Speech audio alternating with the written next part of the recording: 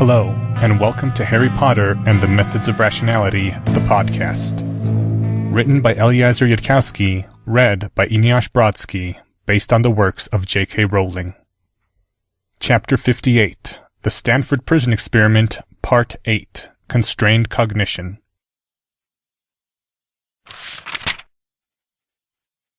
In darkness absolute, a boy stood holding his wand to the solid metal wall of Azkaban, essaying a magic that only 3 other people in the world would have believed possible, and that none save he alone could wield. Of course, a powerful wizard could have cut through the wall in seconds, with a gesture and a word. For an average adult, it might have been a matter of a few minutes' work, and afterward they would have been winded. But to accomplish the same end as a first-year Hogwarts student, you had to be efficient. Luckily, well, not luckily, luck had nothing to do with it. Conscientiously, Harry had practiced Transfiguration for an extra hour every day, to the point where he was ahead of even Hermione in that one class. He'd practiced partial transfiguration to the point where his thoughts had begun taking the true universe for granted, so that it required only slightly more effort to keep its timeless quantum nature in mind, even as he kept a firm mental separation between the concept of form and the concept of substance. And the problem with that art having become so routine was that Harry could think about other things while he was doing it. Somehow his thoughts had managed not to go there, to not confront the obvious, until he was faced with the prospect of really, actually doing it in just a few minutes. What Harry was about to do was dangerous. Really dangerous. Someone might actually genuinely get killed dangerous. Facing down 12 Dementors without a Patronus charm had been scary, but merely scary. Harry could have cast the Patronus charm, would have cast it as soon as he thought he was in danger of not being able to do so, as soon as he felt his resistance beginning to fail. And even if that hadn't worked, even so, unless the Dementors had been instructed to kiss anyone they found, failure shouldn't have been fatal. This was different.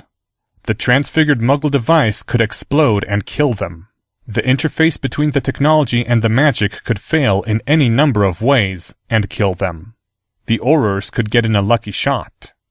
It was just, well, seriously dangerous. Harry had caught his mind trying to argue itself into believing that it was safe.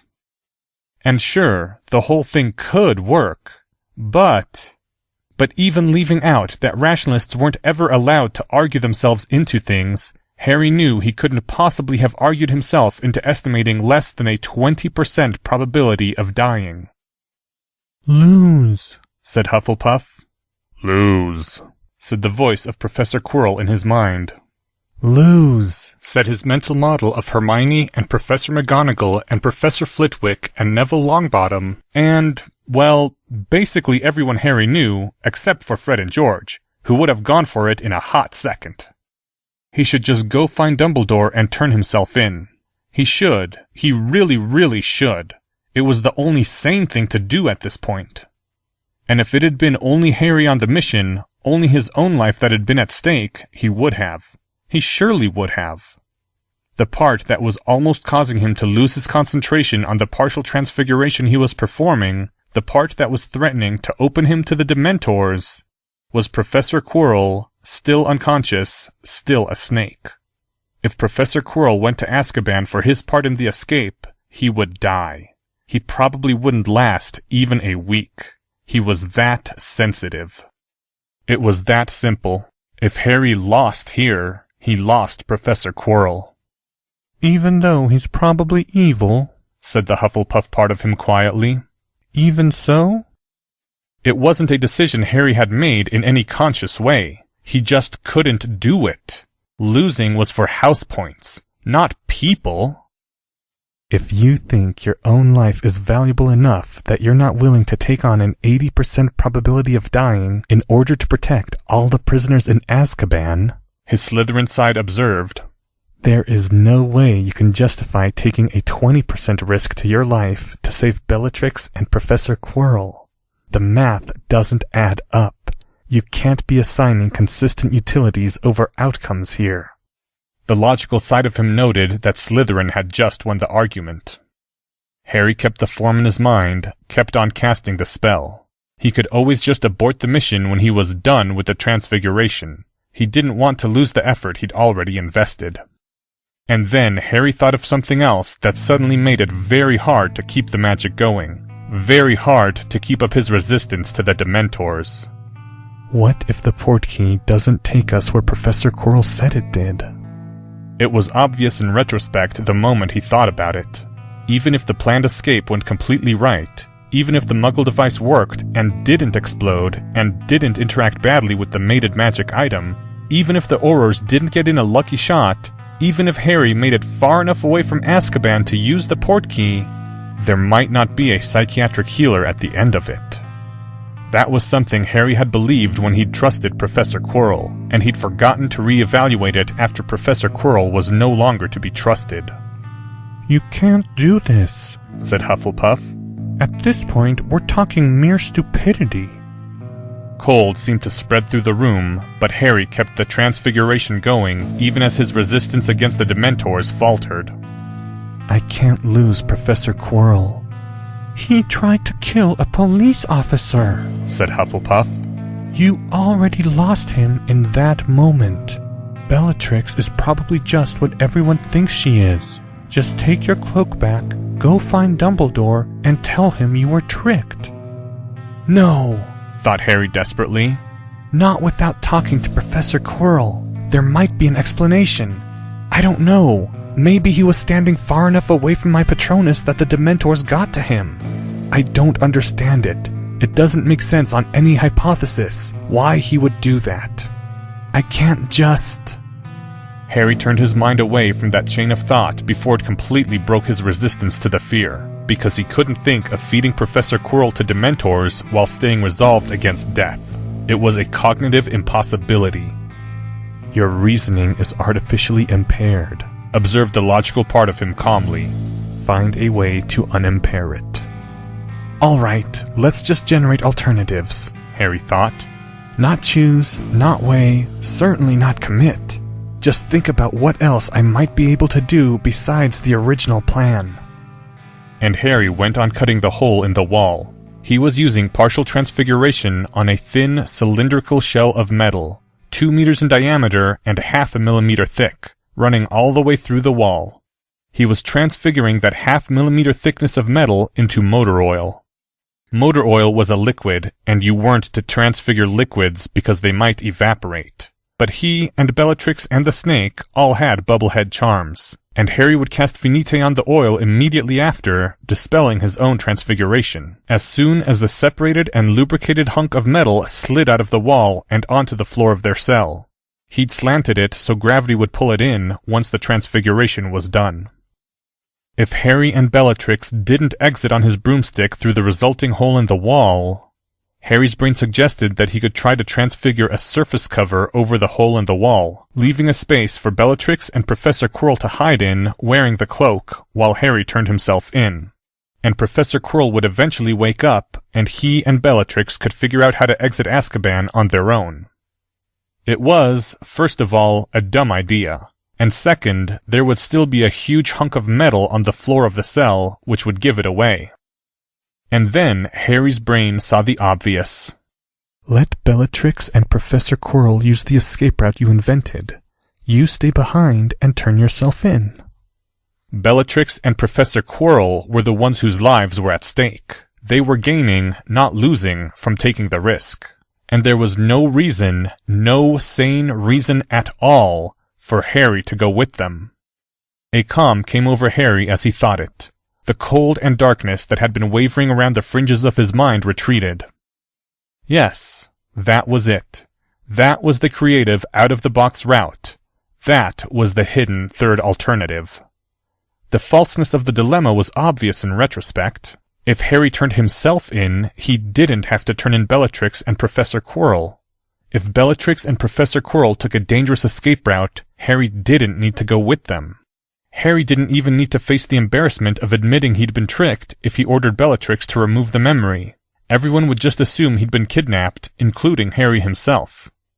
Admittedly, there was no plausible reason why the Dark Lord would ever ask Bellatrix to do that, but Harry could simply smile and tell Bellatrix she wasn't allowed to know, and that would be that. Her Auror team had gotten around 3/4 of the way down Azkaban, as had the other two teams on the other two spirals. Amelia was feeling tenser already, though she was betting on the criminals hiding on the second to lowest floor. Part of her wished Dumbledore had thought to check that specific floor more carefully, and part of her was glad he hadn't. And then there was a very distant sound, like a tiny tink noise coming from far away. Like a very loud sound coming from the second to lowest floor, say. Amelia looked at Dumbledore before she managed to stop herself. The old wizard shrugged, gave her a small smile, and said, "Since you asked it, Amelia," and went off yet again.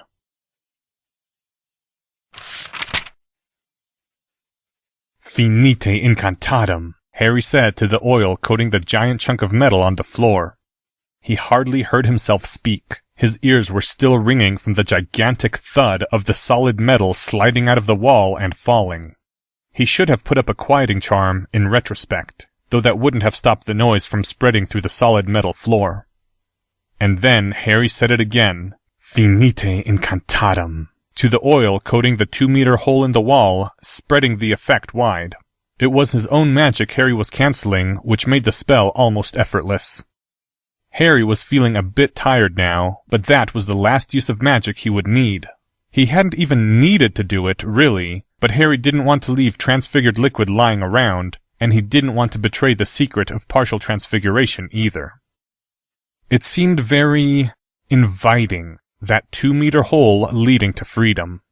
The light from outside coming in wasn't exactly the sun shining on his face, but it was brighter than anything of Azkaban's interior. Harry was tempted to just go with it, just hop on the broomstick with Bellatrix and the snake. Chances were that they would get out safely, and if they did get out safely, and Harry came with, then he and Professor Quirrell could go back in time and look perfectly innocent. Everything could go back to normal.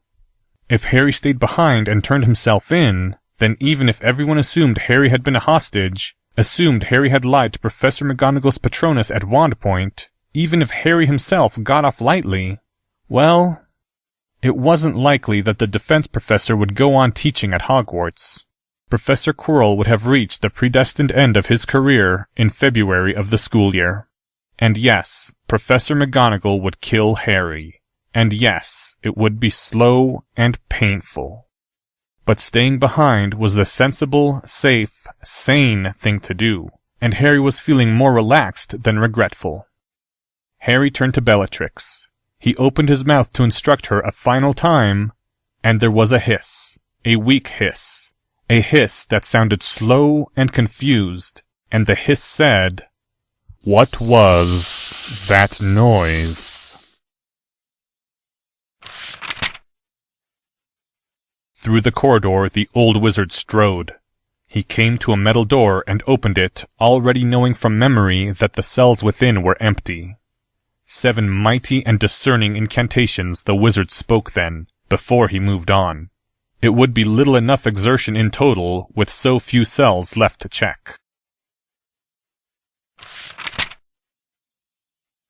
"Teacher," Harry hissed. So many emotions bubbled up in him all at once. He knew, though he could not see, that the green snake around Bellatrix's shoulders was slowly lifting his head to look around. "Are you all right, teacher?" "Teacher," came the weak, confused hiss. "Where is this?" "Prison," Harry hissed. "The prison with life-eaters. We were to rescue a woman, you and I. You tried to slay the Protector Man.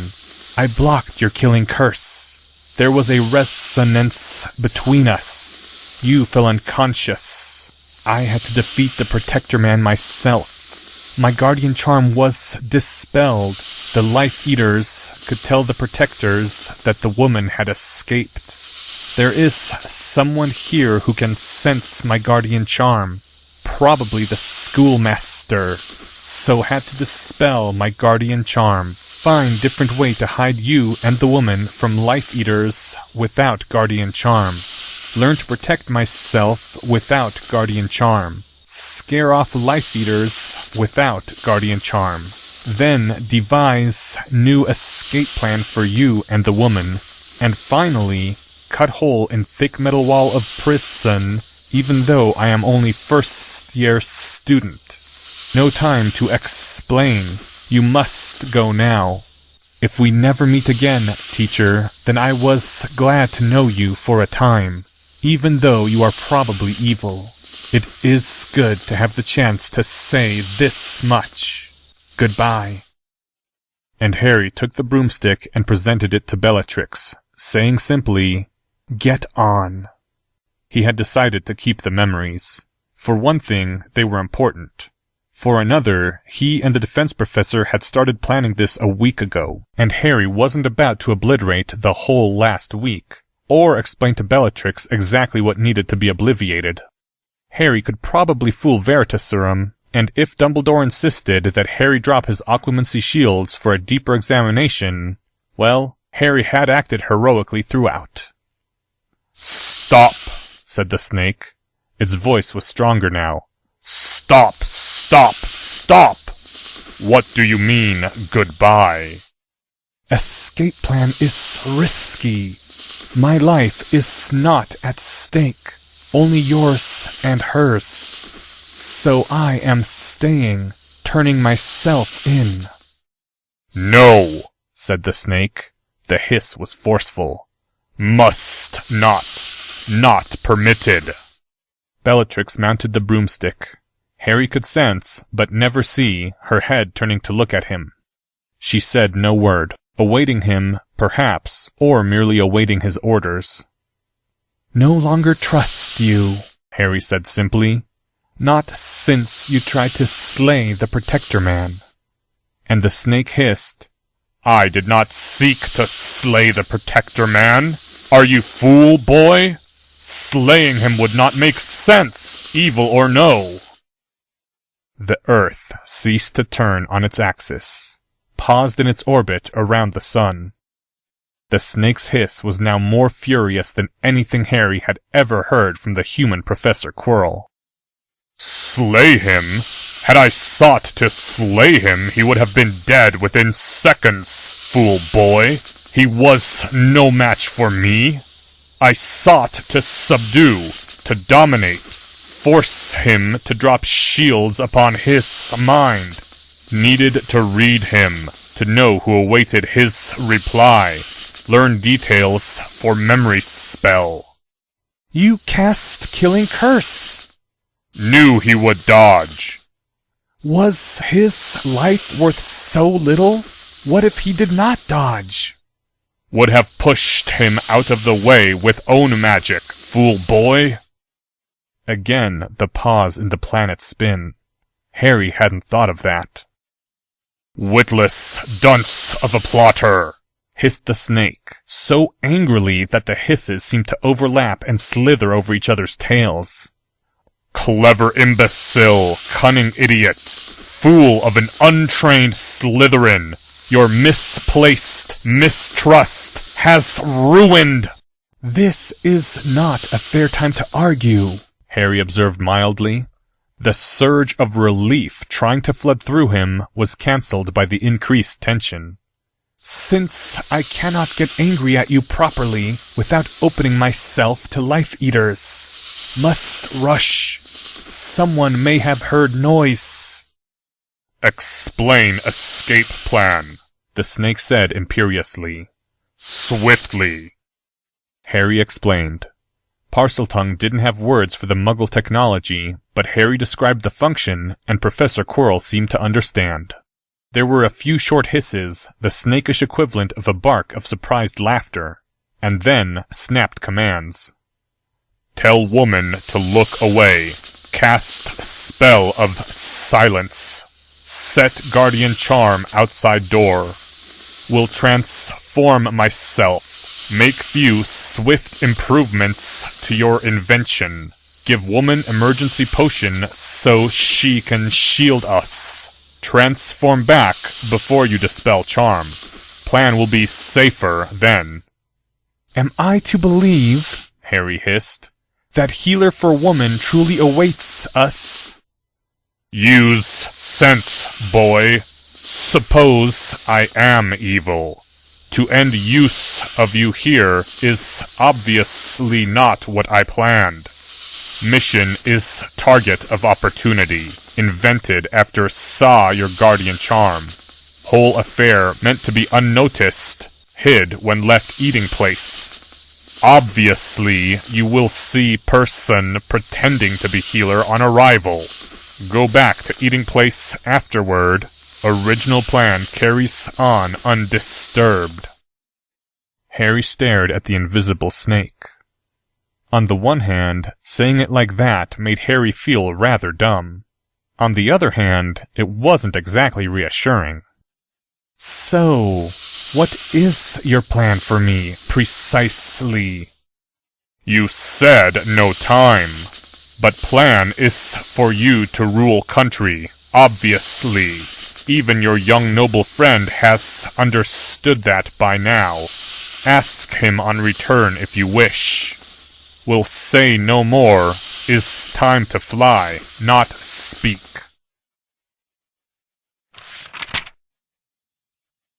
The old wizard reached out toward another metal door, from behind which came an endless dead mutter. I'm not serious. I'm not serious.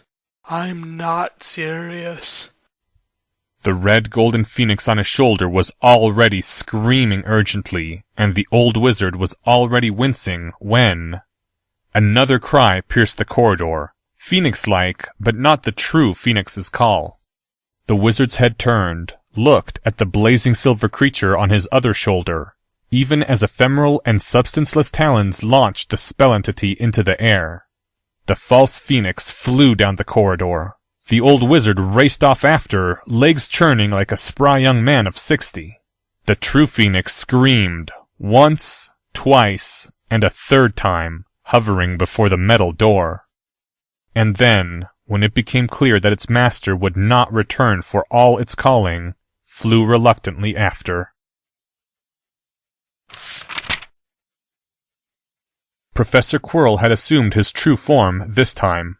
Polyjuice only lasted for an hour without redosing, and though the defense professor was pale, leaning against the metal bars of the nearest cell, his magic was strong enough to seize his wand without a word, even as Bellatrix doffed the cloak and placed it obediently in Harry's waiting hand. The sense of doom was building once more, though not in full force, as the defense professor's power returned, the fringes of its vast force clashing with Harry's slight, childish aura. Harry said aloud the description of his muggle device, naming it to the observing wizard, and then a finite from Harry turned all his hard work back into an ice cube. Professor Quirrell could not cast spells on something Harry had transfigured, for that would be an interaction, however slight, between their magics. But 3 seconds after, Professor Quirrell was holding his own transfigured version of the muggle device. A single barked word and a sweep of his wand, and the residue of glue was gone from the magical item. 3 more incantations later, the magical and technological were fused together as though into a single thing, and charms of unbreakability and flawless function had been cast upon the muggle device. Harry felt a lot better about doing this under adult supervision. A potion was thrown to Bellatrix, and Professor Quirrell and Harry both commanded, "Drink," as though speaking in the same voice.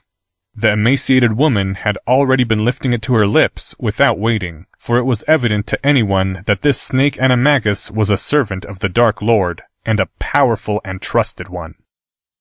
Harry finished pulling the hood of the Cloak of Invisibility over his head. A brief and terrible magic lashed out from the defense professor's wand, scouring the hole in the wall, scarring the huge chunk of metal that lay in the room's midst, as Harry had requested, saying that the method he'd used might identify him. "Left-hand glove," Harry said to his pouch, and drew it forth and put it on. A gesture from the defense professor made a harness appear upon Bellatrix's shoulders, and another, smaller cloth device upon her hand, and something like handcuffs on her wrists, even as the woman finished drinking the potion. A strange, unhealthy color seemed to come over Bellatrix's face. She straightened. Her sunken eyes seemed brighter and far more dangerous. Small wisps of steam were coming out of her ears. Harry decided not to think about that part. And Bellatrix Black laughed then. Sudden, mad laughter that rang much too loudly amid the small prison cells of Azkaban.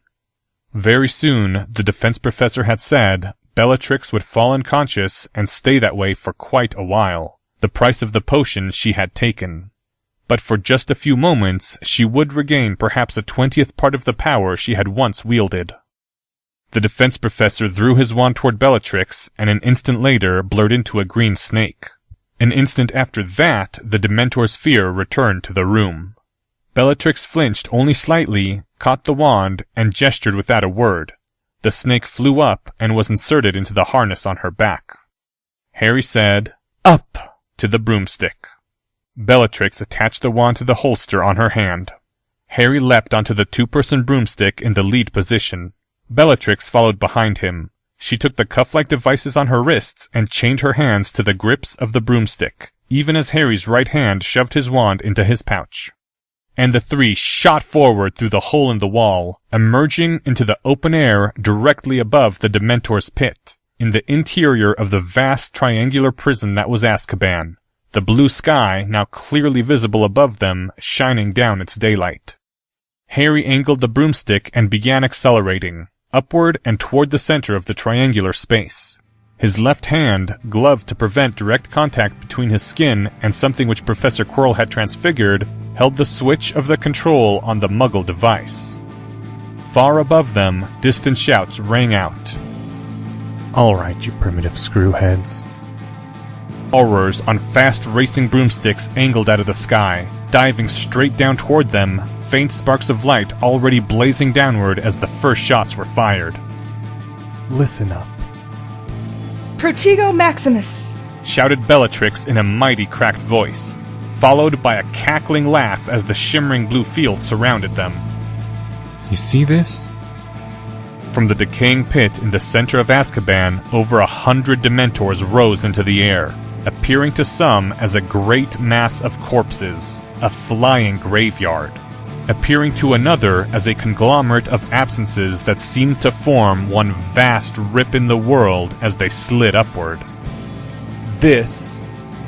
The voice of an ancient and powerful wizard bellowed a terrible incantation, and a great blast of white golden fire shot out of the hole in Azkaban's wall, shapeless for only a moment before it began to form wings.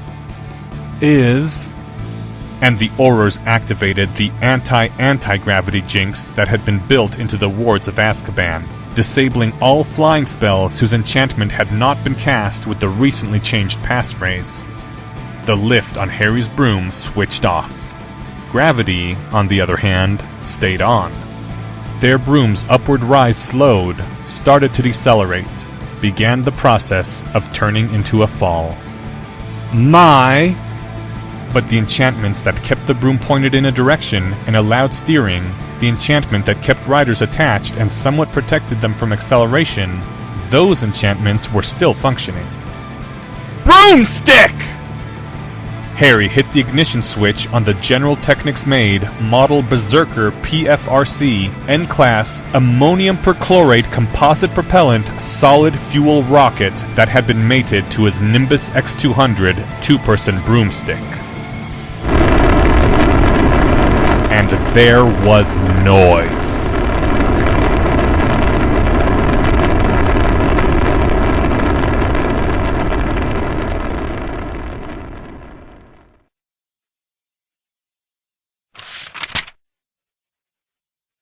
End Chapter 58. Thank you to the following people. Bellatrix Black, Anonymous. Dumbledore, Drake Walker. The original text for this chapter can be found at hpmor.com. A link is included in this file's description. Recordings, questions, and comments can be sent to hpmorpodcast@gmail.com. If you enjoyed this podcast, please help spread the word at your social forum of choice. If you're interested in learning more about the art of rationality, please visit lesswrong.com, an online community of aspiring rationalists founded by Eliezer Yudkowsky. Some sound effects used are courtesy of the Free Sound Project. Attribution links can be found in this file's description. Today's music is from A Little Change Could Go a Long Way by City of Caterpillar. Thank you for listening, and come back next week for Chapter 59, The Stanford Prison Experiment, Part 9, Curiosity.